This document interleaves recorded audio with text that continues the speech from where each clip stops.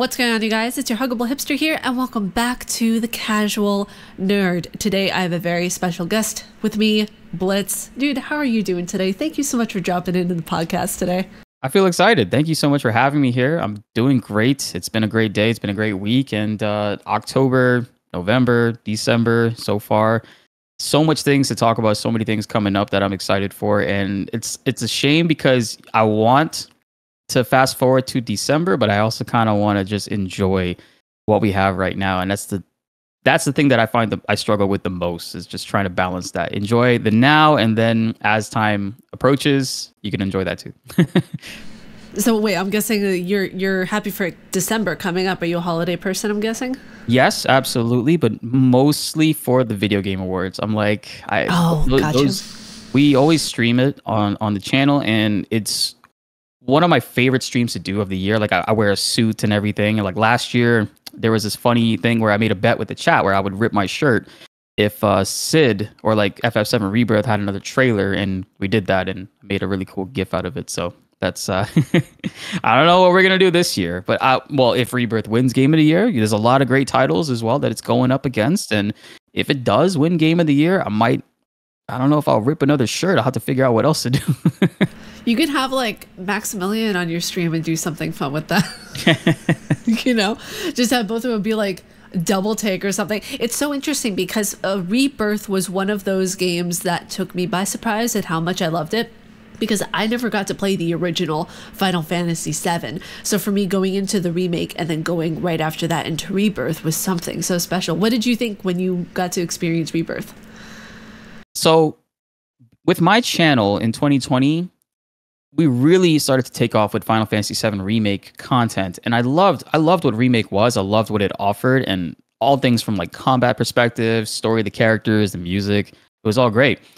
So going into Rebirth and thinking about like being a fan, knowing how this game is supposed to be, I'm like thinking the worst. I'm like, there's no way they're going to do an open world. There's no way there's going to be an element where we travel around with the characters all on the same screen, random battles in the middle of that, and also go to from town to town. I was thinking it's going to be a chapter structure that's just going to be like chapter 1, calm, and then chapter 3 will shoot you over to Junon and stuff. Like it was going to be very linear is what I thought it was going to be. So I tempered my expectations. And then and I kind of like hammered that home in my head. So when they finally showed us that this is actually huge open zone, a world that you can roam around and like with the characters and do exactly what I thought that we weren't going to be able to do, I was blown away. I could not believe that it was the same team that made a Remake. Because when you look at Remake going into Rebirth, they do so many things so much better, whether it's the world design, level design, combat design. It's all been quadrupled, I would say, like in terms of quality and how things function. Obviously, there's some performance issues with hardware related and stuff, and I'm hoping like in the future that stuff gets worked on. But in general, I had a hard time believing that. So I was surprised in the best way possible because I just tempered my expectations, and I'm glad that I did that. That's really good. And as someone who's fairly new, I would say, to the franchise, because I'm not an OG fan or anything like that. The first, as I told you before the podcast started, I started my Final Fantasy journey with 15, and Final Fantasy has this really interesting way of making the player so invested and so emotional, because that was the first time with the video game I really and truly just bawled my eyes out. Mm-hmm. I just felt like the entire emotion of all the characters really impactful, and I feel like so many people who experience Final Fantasy, it has this kind of unique way of kind of guiding the emotions of the player. So when you play Final Fantasy, what was the one that really struck you with the most emotion, you would say? Like which Final Fantasy game? The most emotion?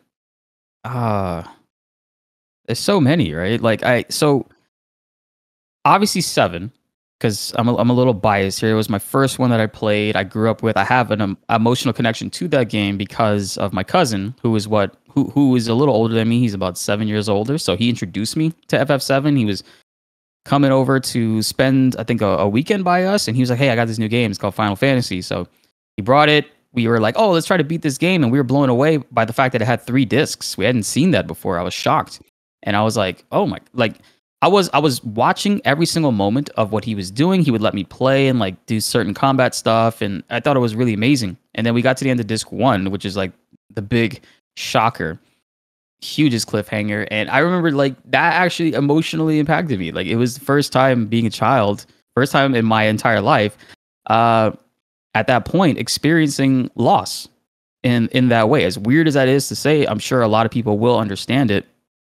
The way that Aerith leaves the party in that game, in the back of your mind, even back then, I was thinking, oh, there's no way she's gonna come back. There's no way. Like we'll be able to revive her. We done that the entire game with Phoenix Downs, and then no, she never comes back, and it was shocking. And then he had to leave to go back home, and I'm like, oh my god, I need to play this game. And so back then, we didn't have GameStop or anything like that.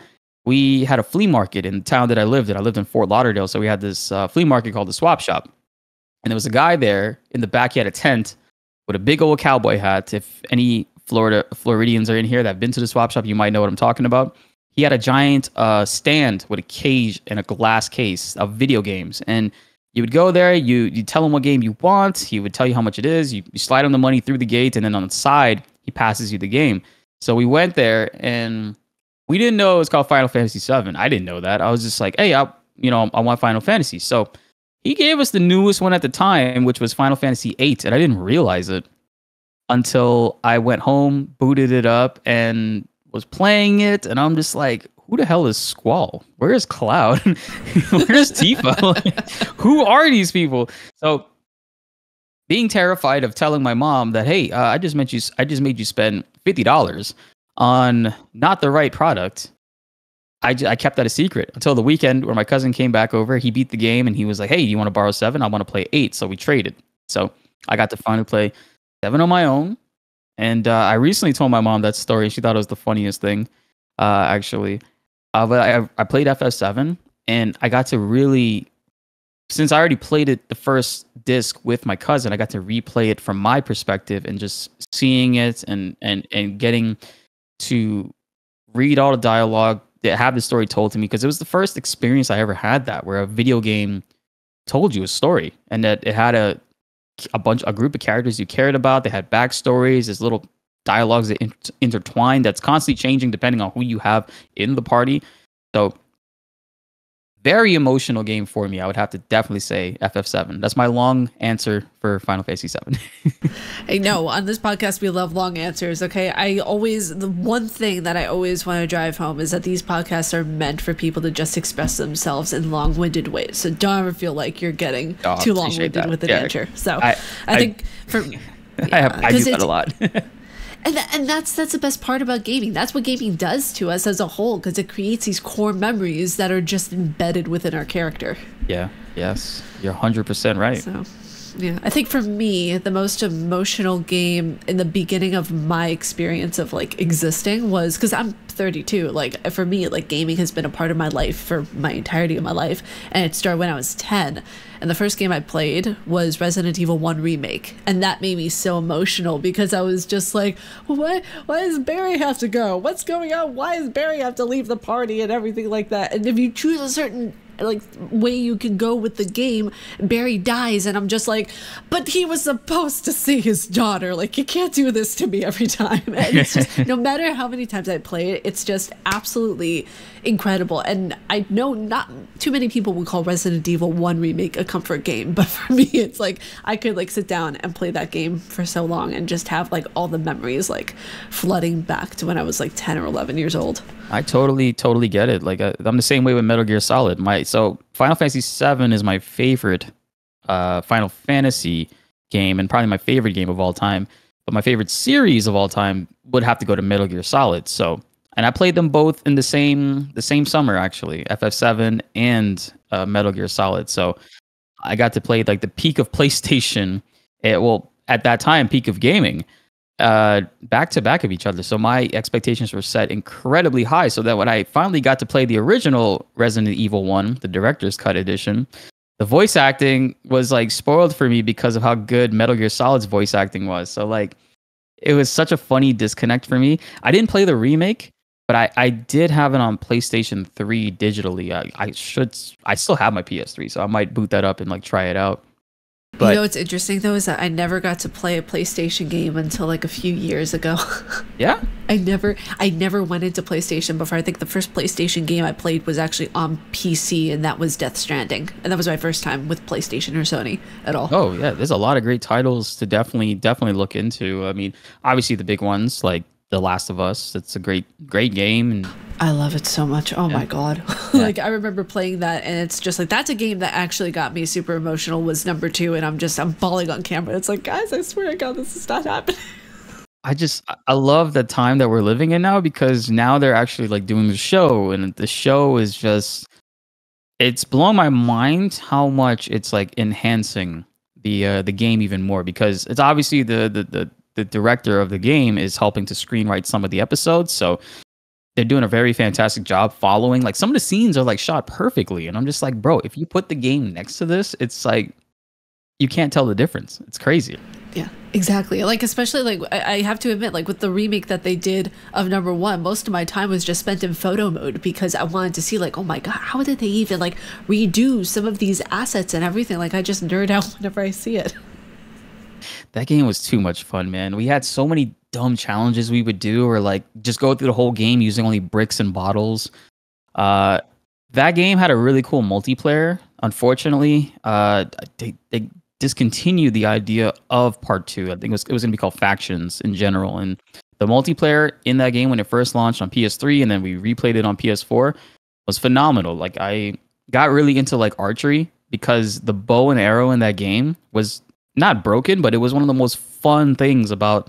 I would say it's kind of broken actually, because you can one-shot people with it. But I was so addicted to the gameplay loop of using like archery within that type of like multiplayer aspect that I learned how to. I took up archery as a hobby in like real life, and it was so funny. Like my dad, when I lived at his house at the time, I like turned his backyard into like this target range, and he was just like.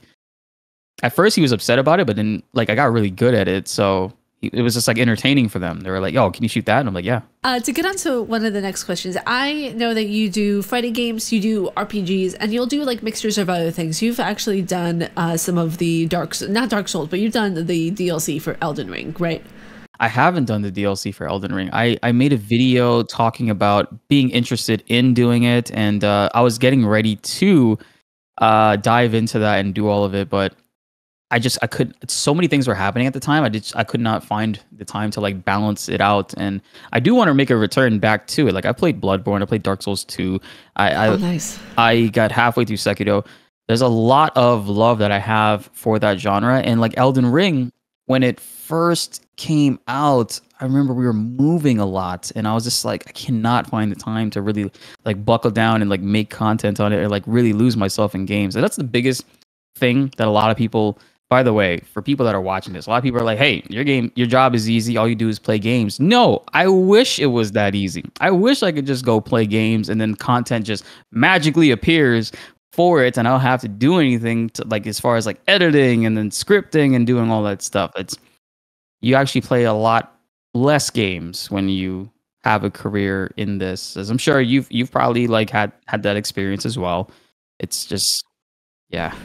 It's one of those things. I mean, you're your own production person, you're your own lighting person, you're your own editor, and your own marketing person. Like you're doing your own PR and everything. I mean, it's only I think the top 1% of YouTubers that even have people working for them and with them in the background. So it's very interesting how a lot of people are just like, that's content. It looks easy. You're sitting in front of a camera. No, Karen, it's not easy. I would say on the contrary, not very. But whenever you get to a certain level, it's more. It gets easier in the sense of where you know how to do the job better, but it doesn't get easier in the sense of how much work there is. Yes. And every like last week with Dragon Ball Sparking came out, and I had 3 videos on the trending tab for YouTube, and it was like thank you.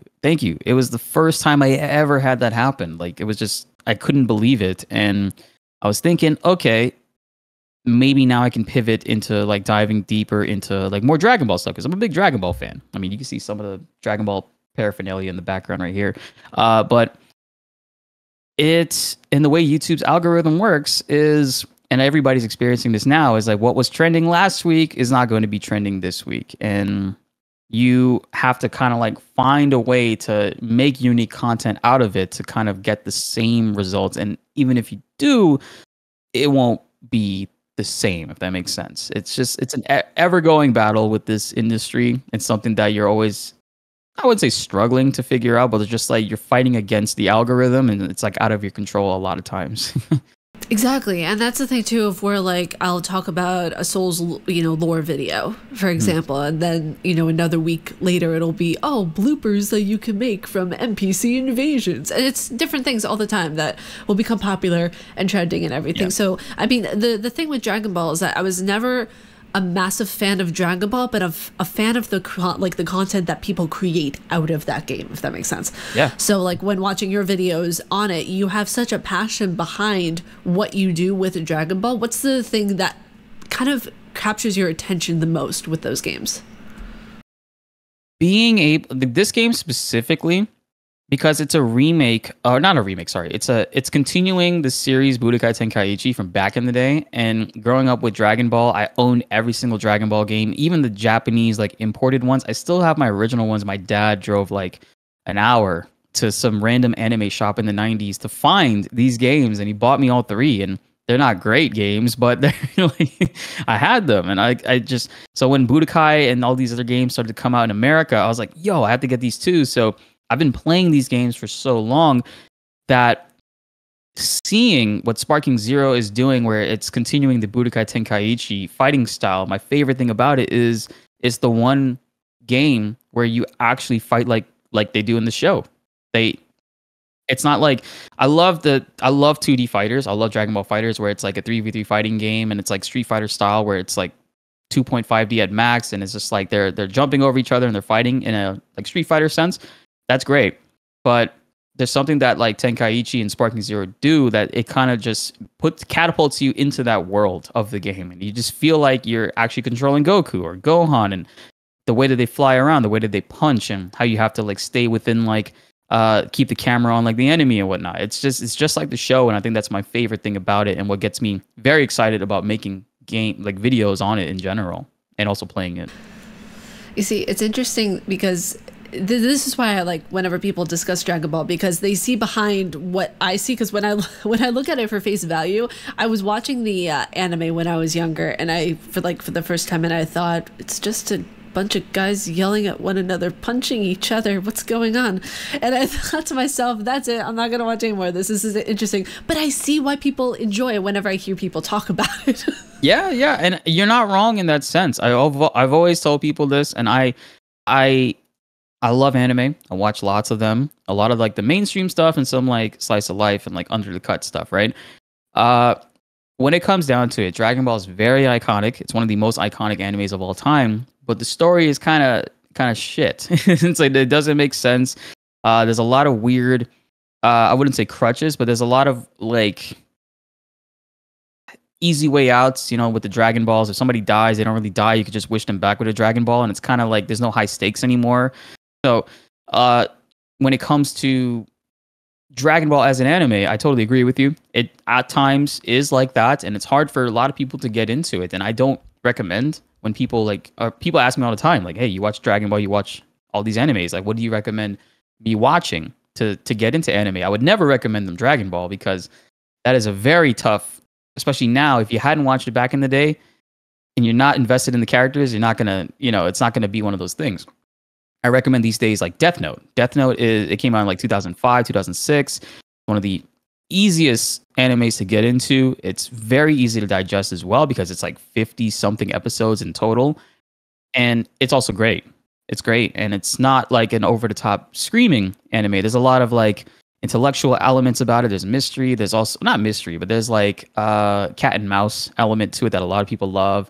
And if you like crime, like shows and stuff, I think Death Note's great, like in that sense. I recommend it to a lot of people that don't like anime, and they come back to me and they're like, yo, I love it. Like, it's how can I get any like much more, or how can I get more of this? Like how? And I'm like, there's lots of animes out there. You just gotta like, search through the list and like find it that way. So I always tell people like, Death Note, and in my opinion, love Dragon Ball, but Naruto is better. Like as far as yeah, even though I'm not a fan of Naruto, it is better than Dragon Ball. Yeah. But you see, for me, the first anime I ever saw was Hellsing when I was younger.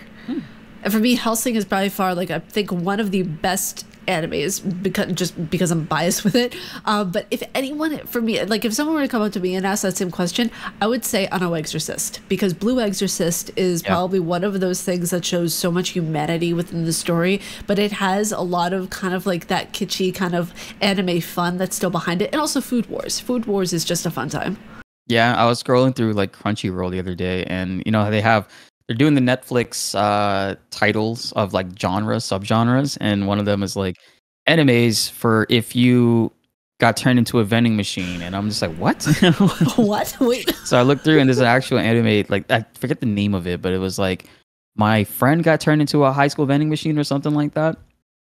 It's a weird title. I'm gonna look it up right now. That sounds. Okay, now I kind of want to see it. Reborn as a vending machine, and now I wander the dungeon. That's what it's actually called. And it's got a 4.2, which is surprising. So apparently vending machines have feelings too. Okay, that's good to know. There's people cosplaying. I'm seeing right now people cosplaying as the vending machine walking around. That's kind of adorable, actually. That's pretty cool. What I find interesting, though, is that a lot of different topics, much like the way Stephen King writes about kind of, different silly inanimate objects like clowns or cars or anything, and he turns them into really evil, malicious things in books. The same thing is happening in anime, of where a vending machine is getting turned into like a plot motif for a TV show. There's no shortage of ideas when it comes to like plots and subplots of animes. I'll tell you that. That and like also horror. I saw some interesting, crazy horror concept that my friend sent me the trailer of, and I didn't believe it because he told me who was technically the villain and voice acting the villain, and I was just like, why would he do this? And then I'm watching it, and I'm just like, this is real. He actually did this. What? Oh. It's actually really, I mean, like, next week you're gonna find an anime on my rug is alive. It's trying to eat my sandwich. Yes. I think they're probably watching this right now, and they're like, yo, that's a good idea. I'm just gonna concept it and steal it from you right now. Exactly. So the next question I have is more of a fun one. I want to see where our minds go with this one. So if you were to take over any other YouTuber's channel, who would it be and why? Any other YouTuber's channel? Yeah, so if you for a day had the choice to be like, I'm going to completely take over and do this style of content for a day, what would you do? I would absolutely take over Ludwig's channel. Oh my God, that would be great. Ludwig's channel is so like he has so much fun on there. Like he's doing all kinds of random things, whether it's like an event where he's trying to make 1,000 3-pointers in a row, or 1,000 3-pointers within 24 hours, or whatever it was. Like all kinds of different challenges and the things that he does. And I'm just like, man, that's fun. I would do that if I had the funds. But in between that and the challenge series where he brings on another friend and they play the most obscure random Steam game that nobody's ever heard of and give it like the most traction that it's ever had in its lifespan. I think his channel is really fun, and I would love to do content like that. And I know a lot of people probably watching this and they're like, oh, well, why wouldn't you like say Maximilian do it? And I'm like, well, Max is a big inspiration for all the stuff it is that I do. And I feel like if I did take over his channel, it would be kind of like just doing the same. I'll just be doing my channel. Technically, yeah, because you guys have got somewhat similar content. Yeah. Yeah, he's very good with what he does. He's very good at like repurposing his stream content into actual content and making events out of those streams, which is something that I haven't perfected yet, but that's the next step. That's the next step in 2025. There's always something new to be learned from the people who we kind of, I wouldn't say admire, that's going a little bit too far. I would say kind of, just respect and see just a massive value in. Because for me, if I would take over someone's channel, it would be Markiplier. Just for a day. Just be like, hi guys, what's going on? It's Markiplier. Hi. Hey, it's Markiplier. How you doing? What's up? I would just start off every video like that then. It's so funny too because it's like that he inspired me to actually start YouTube 8 years ago. You know, a lot of times in this, and you hear people say it, and it does happen where the content you don't expect to take off or do well, that you don't really put too much effort into, but it's still like done to a high quality degree. That's the stuff that will sometimes, more often than not, take off. Whereas like sometimes you put too much effort into something and it doesn't do well, and it hurts you. It hurts you personally. A little bit, yes. It's just like, why? It's more so, I like to tell people, it's like the passion thing. It's like whatever you're passionate about. And that's the viewers that are watching you, they can tell. They can tell that you care about this. They can tell that you actually are enjoying this, and it makes them enjoy it more, seeing somebody else enjoy something as much as they do, or helping them to enjoy it in that way. And viewers are very smart. They see this, they feel it, they watch the content, they know.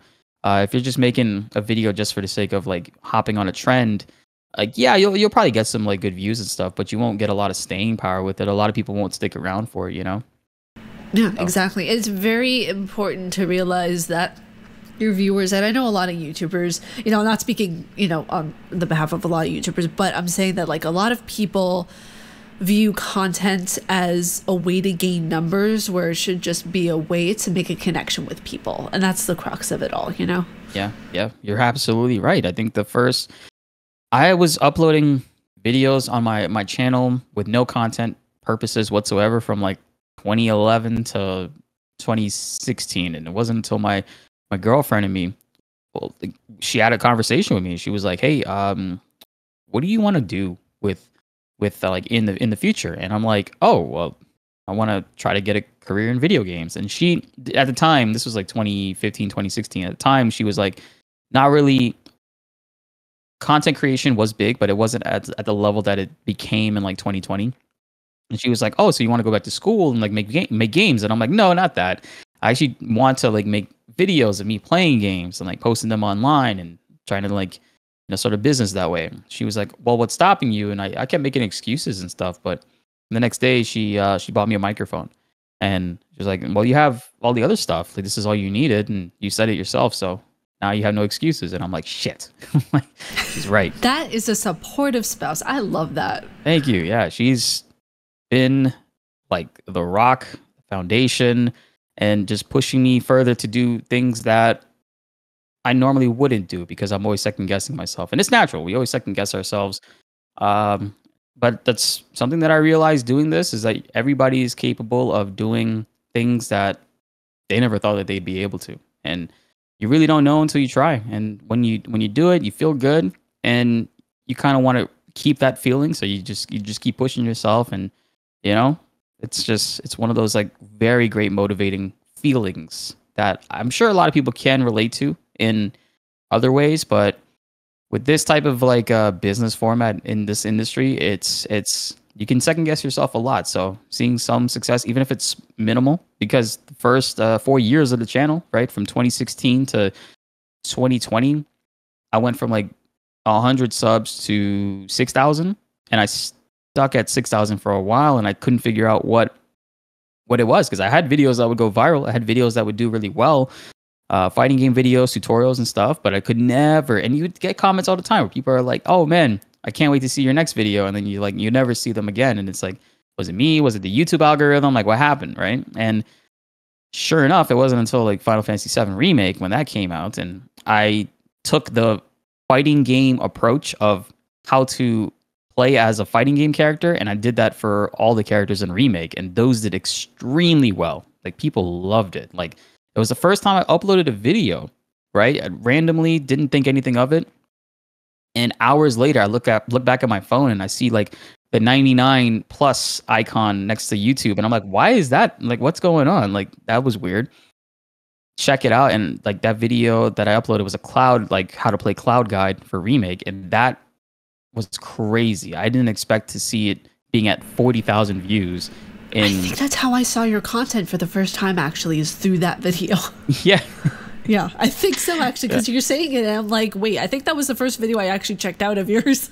Yeah, and it's like, it's so funny. I was talking to somebody recently about that, and I was like, bro, back then, what I used to do, like, it's not scummy, but it's like Reddit scummy. I used to post a video and then go on a subreddit for that particular subject and post my video on Reddit and have my friends go and upvote it and just like so I could just go up on and that's how I would get like some traction here and there. But the FF7 video was the first like organic video where I didn't have to market, I didn't have to promote, because sometimes you do have to do that. Even today, like it's a best practice to do it. Like you should be doing it, really. It doesn't hurt, and it can only help. But seeing that, it really motivated me and made me realize, holy shit, there's a community here of people that like Final Fantasy VII that want to stick around and see it. And then my girlfriend, after a month, she was like, well, why don't you try streaming the game? And I was like, oh god, streaming? Like, that's nerve-wracking to think about, because, well, when you make a video, your voice in the video is a different voice than you actually would talk. Like, even right now, like my voice is just like, I'm chill. I'm not like reading from a script or like trying to keep up some like high octane energy, right?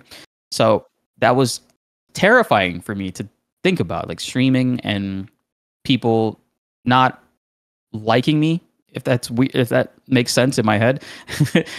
And sure enough, I did it. And the first stream I did, I had 300 people show up, and it was mind blowing. I was like, who are you people?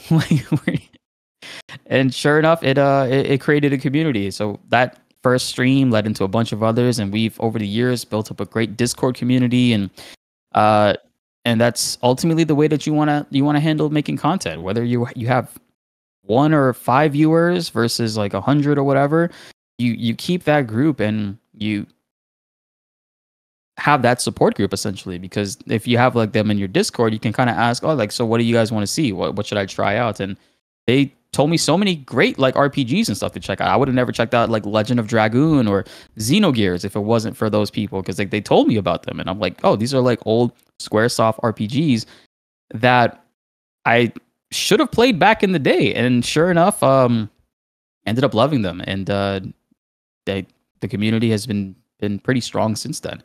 Matter of fact, I think actually a lot of people kind of misunderstand or kind of don't appreciate as much, unless you meet someone like yourself or me, like content creators who have been doing this for years, underestimate the power that a simple like "you got this" or "you really should keep going," like I see potential where you're out of a significant other or parents or friends or family, like that motivation goes so much farther than even monetary stuff can even amount to. yes, and that's the biggest thing too, is to not make content with monetary values set in your mind, because you're gonna get deflated. You're gonna get disappointed when you don't see those results. It's more about trying to get and retain the people that are within your comments to continue coming back and having a great relationship with them. And that's one of the things that makes, like, or reference Max again, that makes Max so great, is that like he's had this connection with his community from the beginning and has grown over the years with them. And it's like, he's like, I downloaded Twitch. I didn't even like to watch his content back in like 2013. I didn't have a Twitch account. I didn't even know what the hell it was at the time. I think a year before, it was called Justin.tv or something like that. And so, and I've had a Twitch account since then, really. And it's one of those things, you know, it's just like developing that connection with your community is one of the most important things when it comes to making content. And that, like, you can't lose if you have that. You can't. Yeah, exactly. Yeah. So I know you wanted to show something really quickly. Yeah. So Parasite Eve is one of my favorite Squaresoft RPGs back in the day, right? This is my original booklet. The case, I've lost it. And I remember thinking to myself, yo, Xenogears, I've heard of this, but like I've never played it. How come I've never played it before? And it's like, if you look at the back of the Squaresoft book, it's the first game that it advertises and shows up top there. And all these other games are great too. So I was shocked by that. I was like, yo, all my life I've been told to play Xenogears without realizing it. And I finally did it in 2020 and had a great time with it. It was one of the best RPGs I had played that I had no prior knowledge on. And it was a great experience. And my community did that for me. See, and that's why I love community, you know, so much, because like even in my Discord, if I'm going in it, you know, we have a specific area in the Discord for Dark Souls 1, 2, and 3, and I'll even ask them first to be like, hey, what do you guys want help with or anything? And we just have a community support of everyone just coming together and helping one another with Souls games, and I love it so much. It means the world to me, and that was the first thing. Like even before, you know, wanting to make people laugh, I really just wanted to build a community of people who were like surrounded for one common purpose, you know? Yes, absolutely. And that's content gold. Well, not, I wouldn't even say content gold. It's gold in general. Like just having a community of people that all like the same thing. And even if they don't like the same thing, they come together and they find that, hey, maybe I do like this thing. Maybe it's the first time I ever tried this out. I would never did that if it wasn't for this person's recommendation. You know, I think that's one of the best things that we can do as like creators within this sphere, or like just in general community leads. It's one of the best things about this, I think. And that's amazing that you have that with your Discord. It's really cool. I mean, like sometimes it gets a little bit overwhelming because I'll see like new people join the Discord, or I'll see like new subscribers come in, and it's like right now I would be considered a small content creator because I'm at 4,600. So, but for me that's huge because it's like 4,600 people in a room is a lot. That is a lot. Like, absolutely a lot. That's huge. That's very huge. That's congrats on that. Thank you. We actually just hit 4,600 a few days ago. So for me, it was just like, let me do like a little celebration dance with some Taco Bell. You know? So, but the next thing I wanted to get into, I'm actually really excited to talk about this topic, is Final Fantasy VII and the live stream. Now, I know you were talking about this with Maximilian Dude. You were talking about this with Schrodinger's Baby Seal, a bunch of people that, you know, are really, really awesome. And you guys did this on the live stream that you guys came out with as a condensed video. And I want to get your opinion because there's so much psychology and there's so much philosophy that they put into the concept of the live stream, and it was confusing for me at first, but I finally kind of understood it when I replayed and went through the game again. What is your idea and what is your kind of take on the live stream itself and how it improved in the remake versus the original?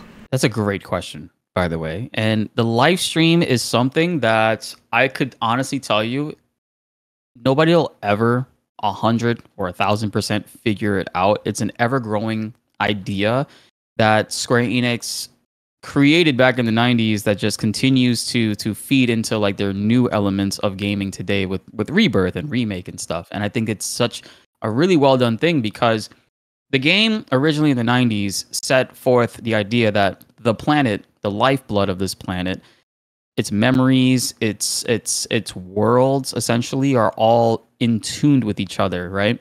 And you see that back in the day. Like if you go back and you play the original FF7, there's a shot where like Tifa is in the live stream and she's helping Cloud find his true memories because he's obviously having a really tough time figuring out who he is. And in the background, you see a tear in the sky, but in the 90s, you don't really look at that. You're just like, oh, cool, whatever that, I don't know what that is, but that looks interesting. And you fast forward to now in Rebirth, that's the tear in the sky that like Cloud is seeing right now at the like end of the game, and it's just like mind blowing to see how many things they just keep bringing back into the front fold, right? And it's just like, so with the live stream, all the memories, all the energy, everything that everybody when they die and they return back to like the planet, they return to the live stream, their memories become part of that energy, and it's like the planet kind of like creating and reabsorbing its life to help replenish itself. And it's one of the most powerful things in the game, well, in the history of that game, because that's essentially why Sephiroth and Jenova so badly want to consume the planet, because of how much power the live stream has to offer. So there's so many different things. Like you could look at it in a multiverse sense where true memories are hidden within there, repressed memories even, but like in the multiverse sense, Zack is in a different world, a broken world is what they call it. And while he is in there, Cloud is, when he goes to sleep, Cloud kind of like gets in tune with it and can see things that are going on in this world. And like, why is that? Why can Cloud see that? It's because he's also in tune with the live stream as well. Like everybody else is on the planet, but also more so a little bit more the case for him because of like the Sephiroth cells and all this crazy stuff that's going on with his inner body. And it's basically a bridge that's showing that actually these characters in these alternate worlds, let's call it, are able to go from one end of the live stream to the other in different times too, and still interact with each other, which is what Zack does. And towards the end of the game, we see Aerith also manipulating the live stream, concocting things where like, okay, she's moving Zack here. Zack's gonna help out Cloud in this portion. Now you're gonna be moved to this other world where you're like you'll be in the church and you're gonna be fighting Sephiroth here by yourself. There's so many crazy things that are happening in that last chapter of Rebirth that further even expand more of what the capabilities of the live stream are. And in my opinion, I still am a little confused in the sense of, well, why is Sephiroth going forward with this plan of what he, like him trying to kill Aerith and get rid of her, and like it doesn't make sense to me, because if you played the OG game, and I might spoil a little couple things here, but like in the OG game, when Aerith dies, she becomes part of the live stream, and the magic holy that she casted to stop the meteor from crashing into the planet, it fails. It does. And the party gives up hope and they see it, but then the live stream energy starts poking out through the ground, and Cloud and the party notice it. They're like, hey, what is that? Is that the live stream energy? And the live stream starts surrounding the planet and is stopping the meteor, and ultimately stops Sephiroth from destroying the planet and like consuming it. But this only happens because Aerith is dead. This is only possible because she is dead, and she's able to manipulate the live stream from beyond. So I don't understand. And that's the biggest thing that I'm confused about, is why is Sephiroth making the same mistakes? It doesn't make sense to me. Whether or not, and a lot of people have great ideas, is this Sephiroth not actually evil? Is he doing this stuff for, in the long run, to help save the planet? And I think that ultimately might be the big twist when it's all said and done. When the entire series is over, we'll see that Sephiroth this whole time was trying to right the ship and not destroy the planet, but destroy elements that would ultimately destroy the planet, including himself. And it's crazy. It's a huge mindfuck.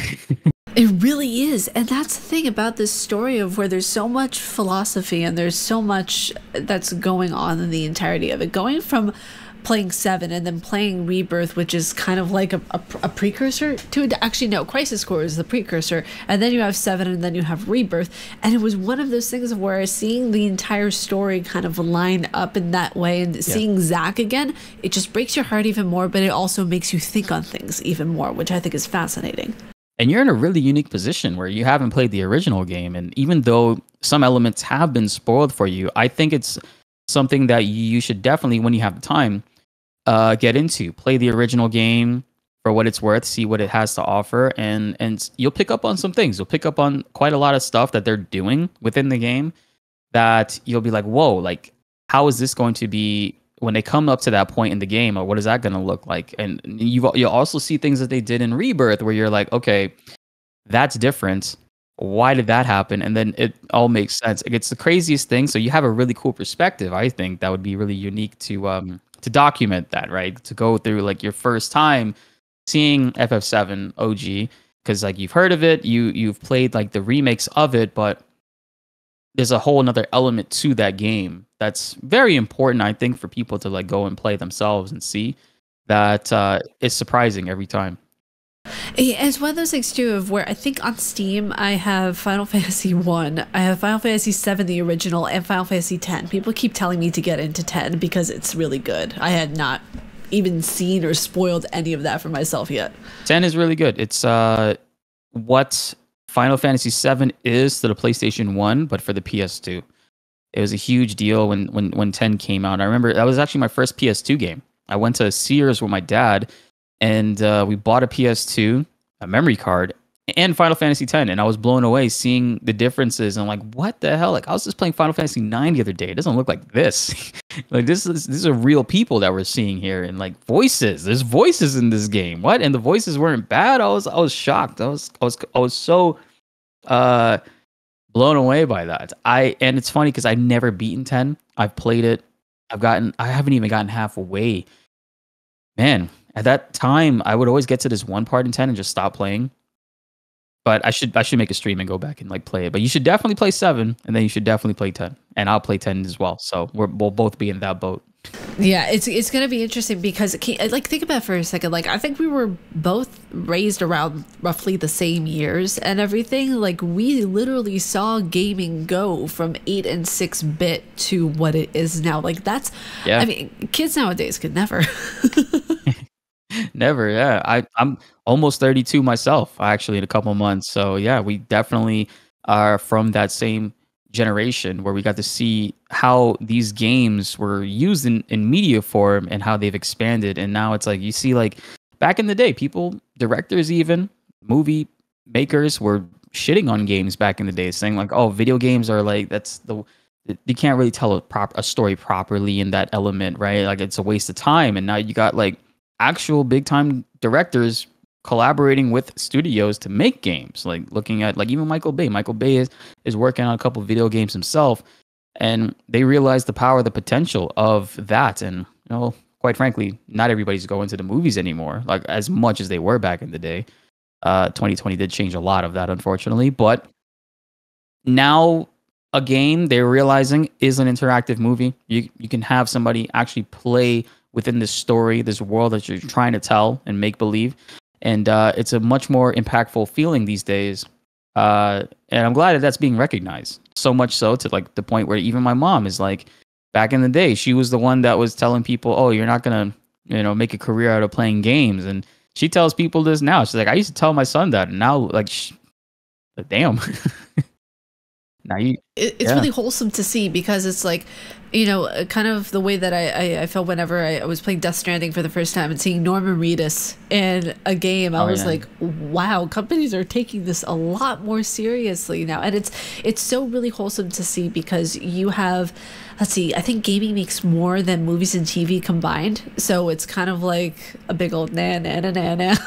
Yes. Yeah. It's something else like rewatching TV shows and rewatching movies. You're obviously going to get that satisfactory feeling out of it, but experiencing that form of storytelling within a game that you're actively being a part of, it's hard to match that. It's hard to really not respect that. And I'm glad that it's getting the love and respect that it deserves.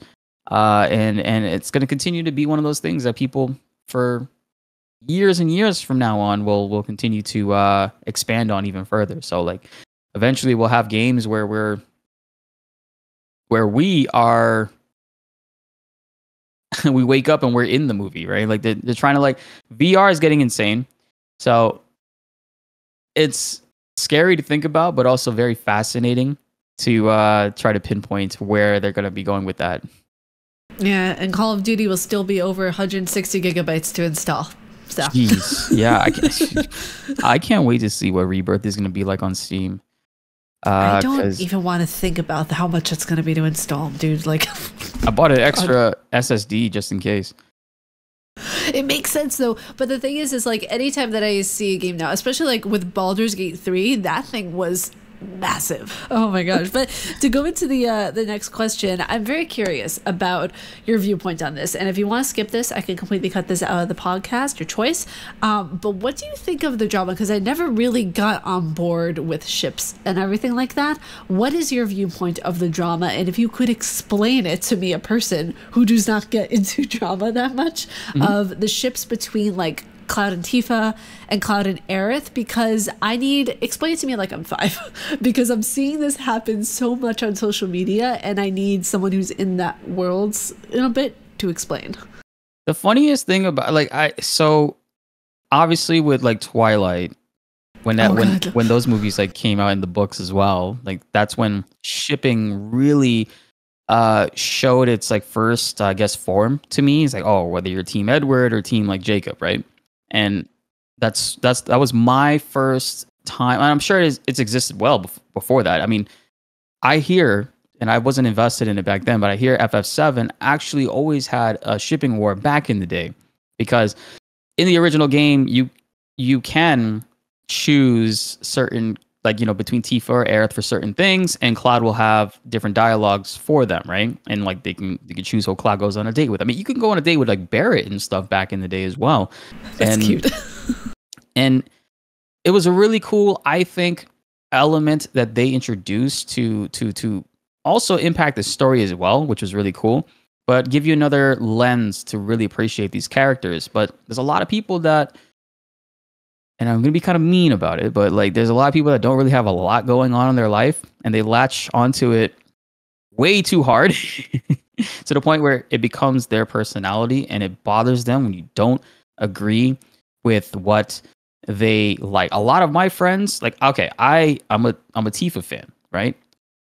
So naturally, I guess I would align myself with the Cloudies and that ideology of like Cloud and Tifa, right? I've always liked Tifa, and I love Aerith too, but I personally never saw the relationship aspect. I saw them try. There's elements of the game where they try to kind of like showcase that to you, and it's like it's all part of the love triangle thing, because when people get invested in that, it's very profitable for companies. It's a tried and true thing, right? To get people invested into that. So back in the day, people were very divisive on it, and there was even like weird stuff that the game would do where at the very end of the game, if you have a certain amount of relationship points with Tifa, it changes the interaction and the words of when her and Cloud spend the night underneath the high wind together. Where the devs full on confirmed that originally there was an idea to make them spend the night together in the Chocobo Ranch, like, and come out like messy or whatever. But like they made it more tame, where it's like if you don't have enough points with Tifa, she just falls asleep on Cloud's shoulder. The camera goes to black, and then the next morning she wakes up, and then the party makes a joke saying, "Oh, but if you interrupt them, you'll never know what they did." And Tifa's dialogue says, "Oh, you guys were listening to us?" And then she goes and she runs away, and she looks away from the party, and she's embarrassed. And then if you have really high relationship points with her, her dialogue changes to, "Oh my God, you guys were watching us?" And it's like, oh, why? Like, okay, listening and watching, that's the main things that were changed. And then Tifa falls to the ground. This time she gets embarrassed, but she falls to the ground, and she's like covering her head, and it looks funny. And the entire party gets embarrassed, and everybody in the cockpit of the Highwind, they turn around, they look at the camera, and they kind of like rub their head sideways, like anime style.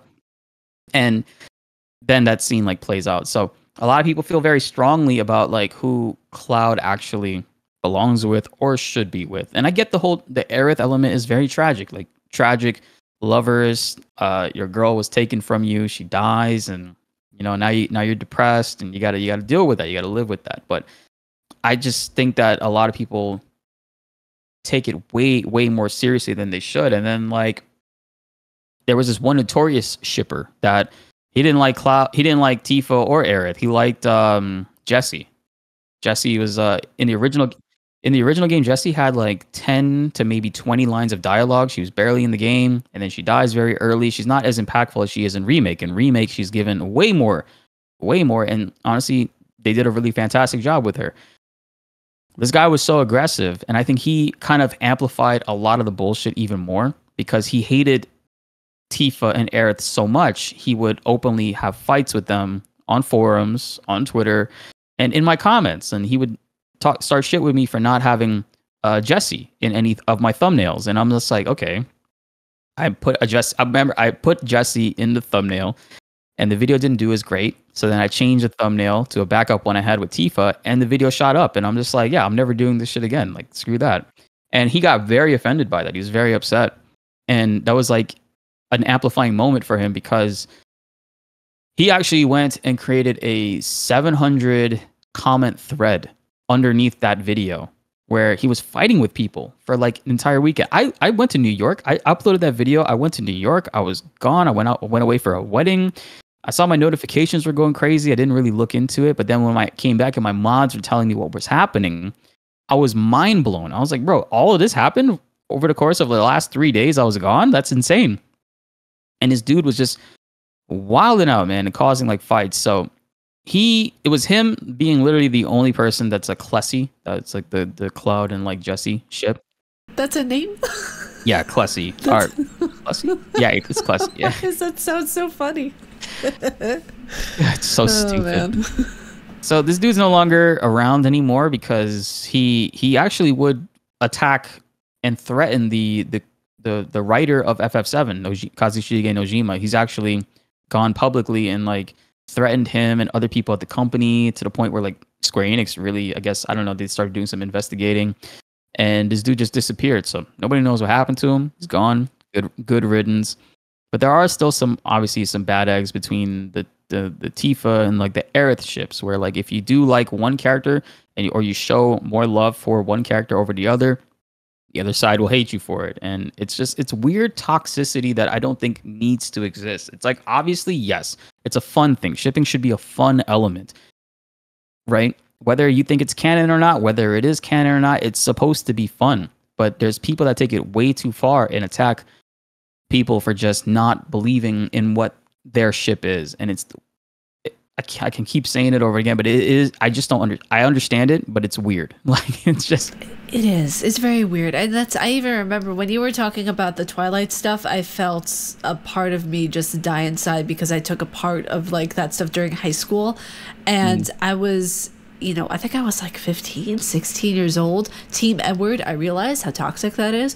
But that was in high school. And a lot of these people that do this are grown adults that do this, the majority. Yes. A lot of them are older than me and you. And they're also, they've been participating in this stuff since the 90s, because it all started in the forums, right? The forums for FF7 or just like Final Fantasy in general, where people they have these two female characters, and instead of recognizing how badass and amazing they are in their own individual right, they tie them to Cloud, and their whole value is tied to Cloud. And I don't think that's fair. I think that's stupid.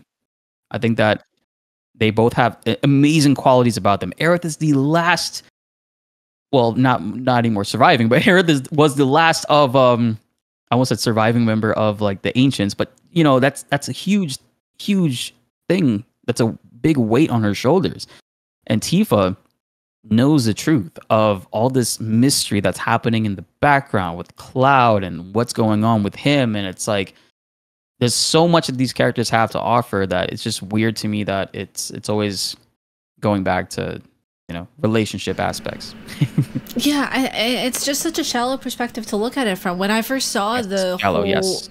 Yeah, it was just such a interesting thing to like see on Twitter one day whenever Final Fantasy VII Rebirth came out and everyone was enjoying it and playing it. I saw like all of these different shipping wars that were going on, and I'm thinking to myself, this is not high school. This is like, we're adults. We are grown adults, and we should be behaving as such and taking this, as you said, as a fun kind of aspect or twist to what the narrative and discussion should be. But when it gets to different characters, and this leads right into the next topic I want to discuss, who is the character that you connect the most with when it comes to Final Fantasy? It's definitely Cloud. Cloud has a lot of issues, and this is also another reason why we all, I guess, gravitate so much to FF7. And it's like the most popular one is because Cloud is clearly having a lot of mental disorders attacking him all at once, and it's all things that we all deal with growing up, not believing in ourselves and trying to impress other people and trying to be somebody that we're not in order to impress other people or seem interesting, right? And that's something that I struggled with too growing up. I used to lie to people about things that I would do or was about to do. I did the same thing when I was younger.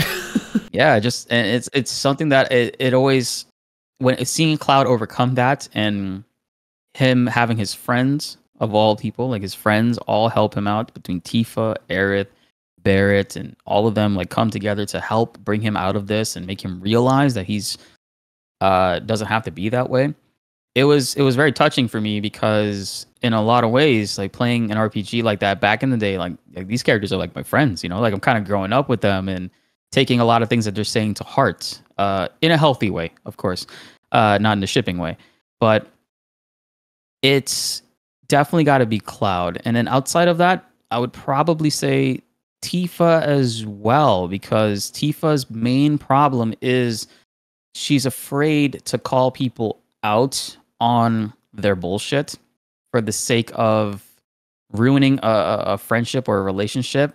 But and I've done that as well too. I've done that many times where it's like I know that this is a thing that I could prevent or like tell somebody about, but I'm afraid that if I do it, they'll hate me for it, or I'll, be perceived differently for it. And now how I am, I call people out on whatever. Like, if I see something, I'm saying something because I want to help out in that way, right? And that's one reason why I gravitate so much to like Cloud and Tifa, is because they both like suffer from things that are very realistic, right? They're very realistic issues that we as humans go through on a regular basis.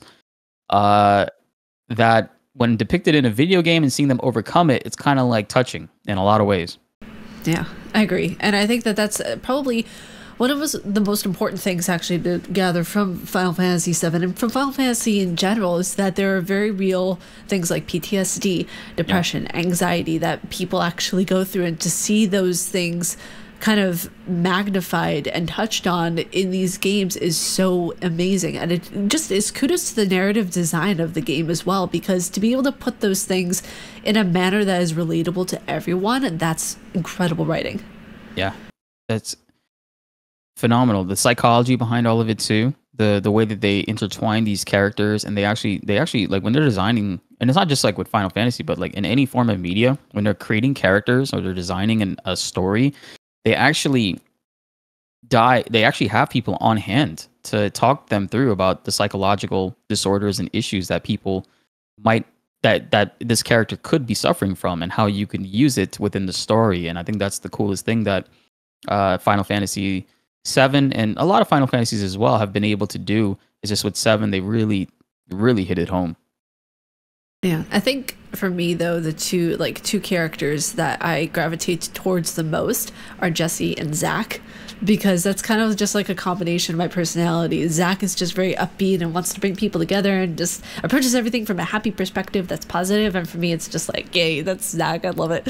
And then Jesse is just kind of over dramatic, but in that fun way that gets people hype, and I'm just like, oh my god, she's literally me. I love this character so much. She's the life of the party. She stole every scene, every cutscene that she was in, and it was really enjoyable for me to see such a small part character in the original game given such a bigger lens. And I thought that was the coolest thing about this entire project, is seeing that happen for many characters, especially with Jessie. Yeah, and I thought Jessie would she's the one that stood out to me the most when I played that Final Fantasy VII for the first time, because when her character died, I was like, why? Wait a second, so characters are going to start dying in this game? Great, good to know. I love you, Square Enix. That's wonderful. So the last question that I want to go into with you for tonight is, out of all of the collectibles that you have obtained throughout your career and all of the little kind of, I don't want to just call them knickknacks because they're more important than knickknacks. They're souvenirs and they're kind of milestones of what we have achieved throughout the careers. What is your favorite one that you have obtained? Whether it's from a company that has sent it to you or something you have gotten on your own. My favorite one, and I'll actually bring it in, I'll show you, actually. Oh my gosh. This is a life-size, to scale Buster Sword. Wait, that would have been how big it was for Cloud to carry? Yeah. Jesus! Now we know why Cloud had to do so many squats. I actually, and this is the hilt of the sword, too. So yeah, my cousin actually made this for me. It's made out of paper. Oh wow, okay. I would have not expected that. I would have thought cardboard or plasterboard or something. It's a lot of paper that he reinforced over and over again to get it to be as durable as it is. And it's one of my favorite things because that cousin in particular means a lot to me. And he's a younger one that since we're kids, he's always made paper weapons, all kinds of stuff, like Thor's hammer or Squall's gunblade, and he's always wanted to make a Buster Sword. And this was actually kind of like a surprise because I didn't know he was working on it. He had called me one night. He's like, "Hey, are you going live tonight?" And I'm like, "Yeah, not till later though, 8 o'clock or whatever." He's like, "Can you come by around 7?"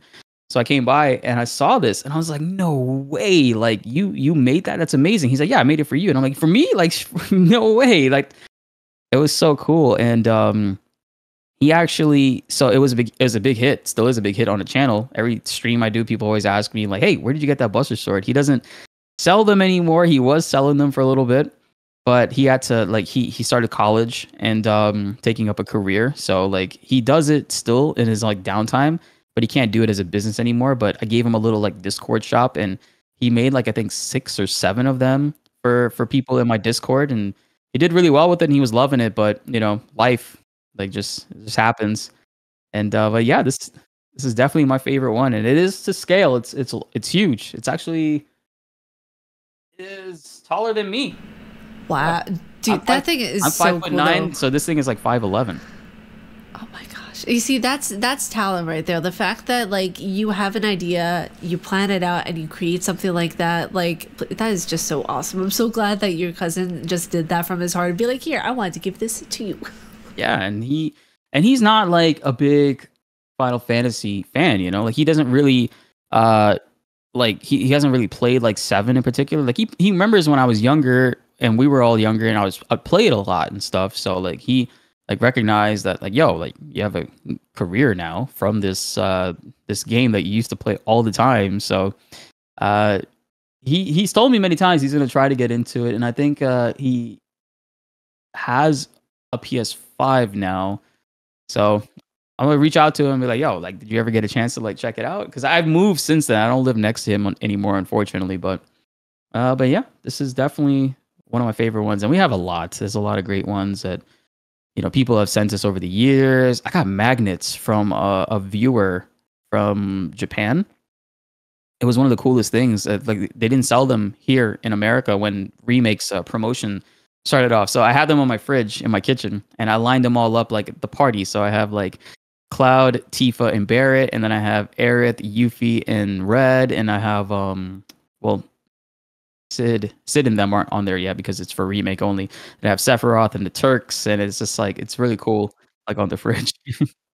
That's gonna be so cool. Like oh, that's lovely. I love that you showed that. Thank you so much for showing that. Oh, of course. Thanks for asking. It's one of those things that I it's always in the background and people see it from time to time, and I want to put it back on the wall because I used to, in our old house, I had these giant hooks on the wall, and it's like this sat in it, and it was like it looks so badass, and I was gonna put lights around it, but we moved and I never got a chance to do that. But now I have a big ass wall here. I'm like, yo, I'm gonna do that again. Yeah, that'll look so badass in the streams though. Yeah. Oh my gosh, but I think, which one is it that I wanted to show for there? Because I collect some figurines. I'm not a massive collector because right now the room that I have before I'm going to be moving like in the next couple of years. So I'm trying as much as I can to reduce the collecting to a minimum. Yes. You know? I know all too well. The one that I love the most. There's another one that I really love, but this one is more of a recent addition. It is Ronnie the Witch.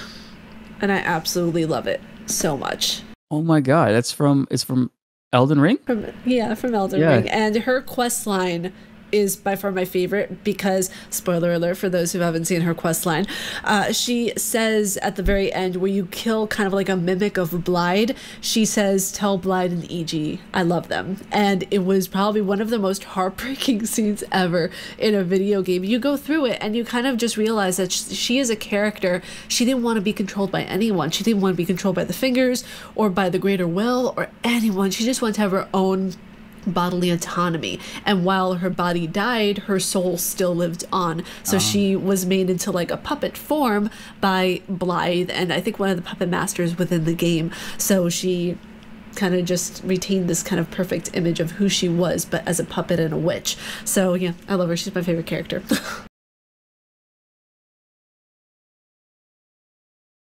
This is why I love content creation so much. It's not just about getting to like dive into different topics. It literally, and I mean this in the like least cheesy way possible, it's having these conversations with other creators.